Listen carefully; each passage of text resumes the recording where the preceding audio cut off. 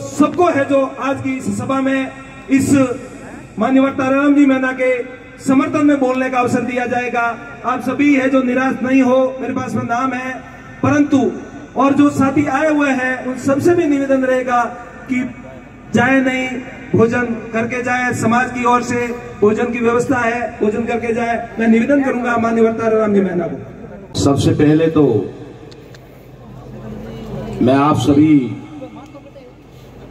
जितना दूर दराज से कहें कि जैसलमेर के मोहनगढ़ और रामगढ़ से, बाड़मेर के बाकासर से और बालोतरा के कल्याणपुर से चल करके जो लोग यहाँ आए हैं और इस भव्य सभा को आप लोगों ने जो एक रूप दिया है, उसके लिए मैं आप सभी लोगों को सैल्यूट करता हूं। उसके बाद आज के इस पावन दिवस ईद के ऊपर मैं तमाम इस्लाम प्रेमियों और संपूर्ण भारतवासियों को इस अवसर पर मुबारकां देता हूं।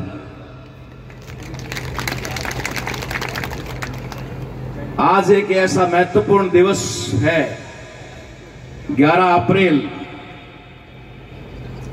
जिसे दुनिया में कभी भी मिटाया नहीं जा सकता। ईद चांद के हिसाब से आती है, लेकिन ये दिन हमेशा चांद लेके आता है। इस देश को लोकतंत्रात्मक गणराज्य, इस देश को एक महान संविधान और इस देश के अंदर सदियों से चली आ रही असमानता आधारित व्यवस्था को ध्वस्त करके मानव को समान करने वाले उस महान योद्धा बाबा साहेब डॉक्टर भीमराव अंबेडकर के 3 गुरुओं में से एक गुरु राष्ट्रपिता ज्योतिबा फूले का जो आज जन्मदिन है, इसकी भी मैं आप सभी लोगों को एक मंगल तो हम नहीं होते। इसलिए आज का जो दिन है, ये अपने आप में एक बहुत ही महत्वपूर्ण दिन है, जो हमारे रूटीन में आया, लेकिन बहुत ही बड़ी बात है कि आज हम राष्ट्रपिता ज्योतिबा फूले के जन्म जयंती पर आज से शायद 15 साल पहले इसी ग्राउंड के ऊपर हम लोगों ने राष्ट्रपिता ज्योतिबा फूले की जयंती मनाई थी 11 तारीख को। और आज एक चुनावी सभा को मैं एक चुनाव आयोग के द्वारा मान्यता प्राप्त एक निर्दलीय उम्मीदवार के रूप में संबोधित कर रहा हूं। ये 15 साल का सफर जो है वो आपको और हमको यहां दोबारा मिलने का अवसर दे रहा है।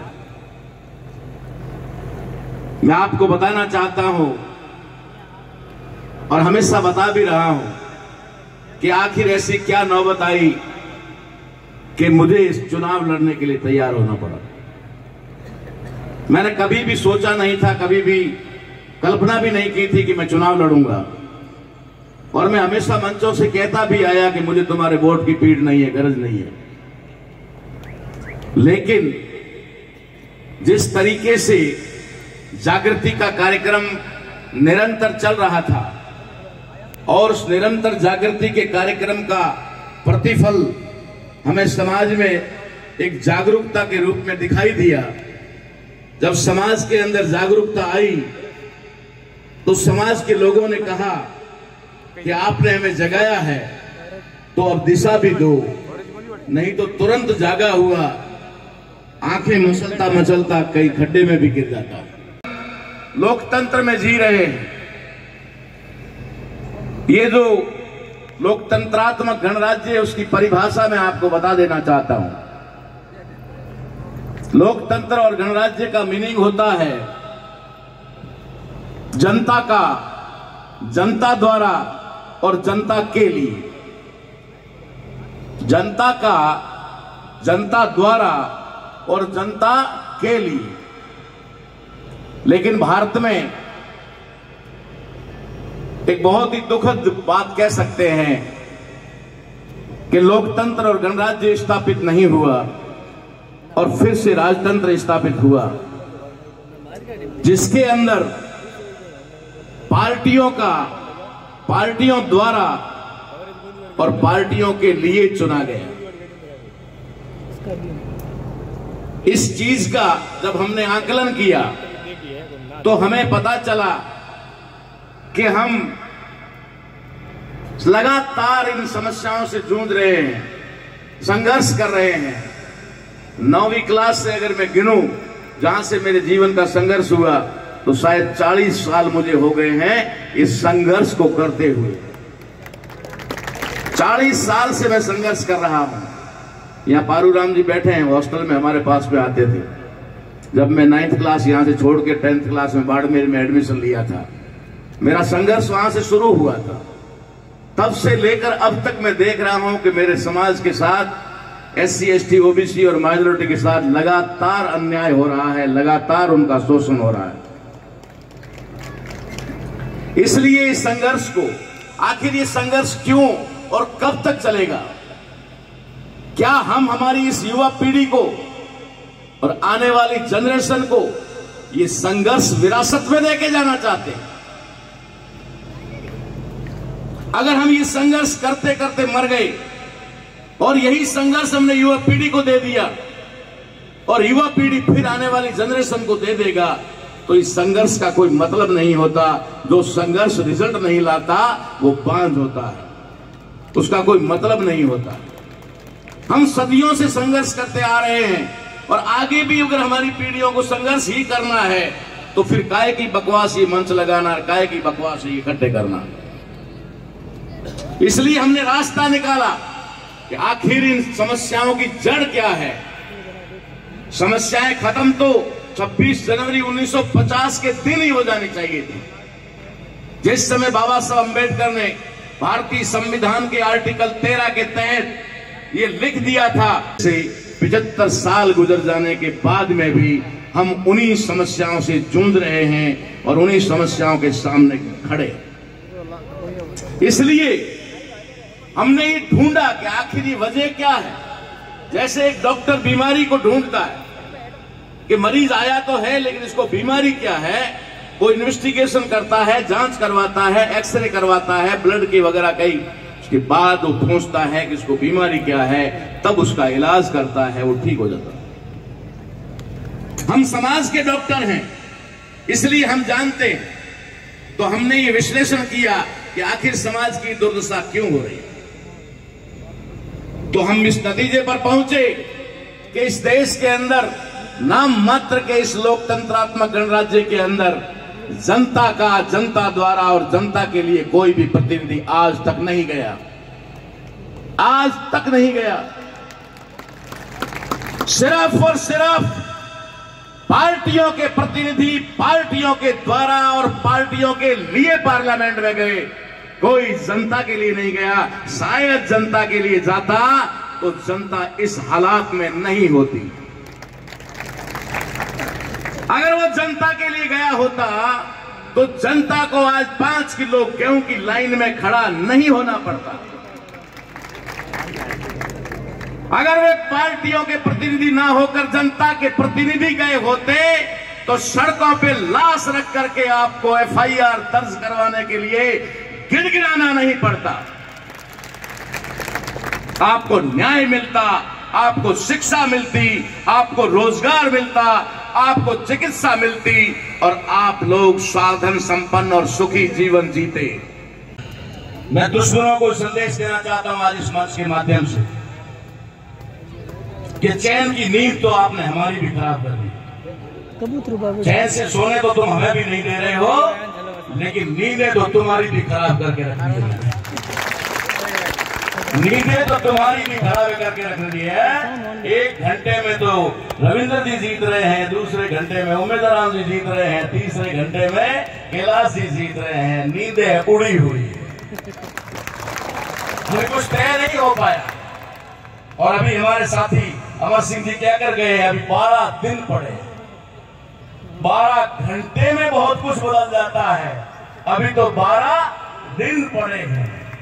और इस सरोवर में इस नाड़ी में या इस सरोवर में बूंदे शामिल होती जा रही है, शामिल होती जा रही है, अभी निकल कोई नहीं पा रहे। मामला प्लस होता जा रहा है। और आज मैं उस वर्ग को भी संबोधित करना चाहूंगा जो अपने आप को ओबीसी कहता है और ओबीसी में भी अपने आप को मूल ओबीसी कहता है। क्योंकि ओबीसी बीसी जो है बैकवर्ड है, इसमें दो है, एक अदर बैकवर्ड क्लास है, एक मोस्ट बैकवर्ड क्लास है, अति पिछड़ा वर्ग, जिसे आज की भाषा में वो लोगों ने मूल ओबीसी भी कहा। मैं उन लोगों को भी संदेश देना चाहता हूं कि आप लोगों ने एक प्रयास किया कि हमारा मूल ओबीसी का भी एमबीसी का भी आदमी चुन करके पार्लियामेंट में जाए, और आप लोगों ने बड़ी मेहनत करके पूरी तलाश करके एक योग्य व्यक्ति को लाया, एक योग्य व्यक्ति को लाया। एक डीआईजी आपके मंच से इतना घुर्राता है, एक डीआईजी आपके मंच पर आकर इतना घुर्राता है, तो इनसे आगे 3 पोस्ट या 4 पोस्ट होती है। डीआईजी से आईजी होता है, आईजी से एडीजीपी होता है, और एडीजीपी से फिर डीजीपी होता है। दुकानदारी करोगे कहां से? जब माल होगा तब करोगे ना।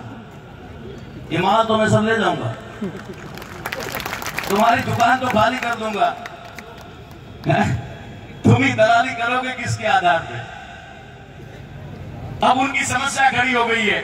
वो जाकर बीजेपी और कांग्रेस वालों कहते हैं कि साहब हम आपके साथ हैं, तो कांग्रेस और बीजेपी वाले पूछते हैं आपके साथ कौन है?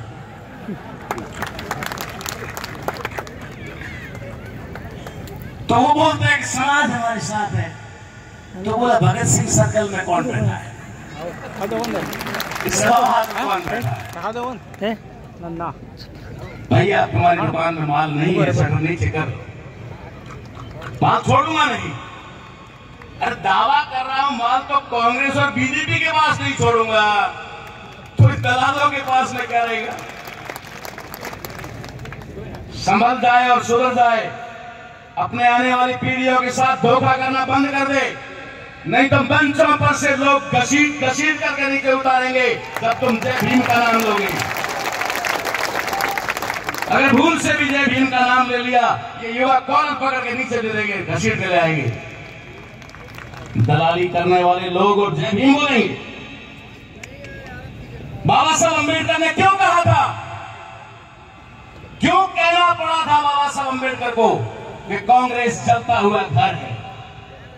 ये मेरे और मेरे बाप के स्टेटमेंट नहीं है, ये स्टेटमेंट हमारे दादे परदादे बाबा साहब अम्बेडकर का।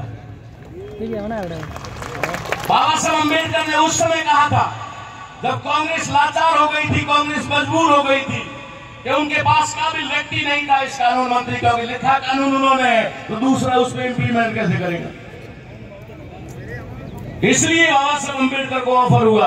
बाबा साहब अम्बेडकर ने कपड़े भी जल रहे हैं और चेहरे भी जल रहे हैं।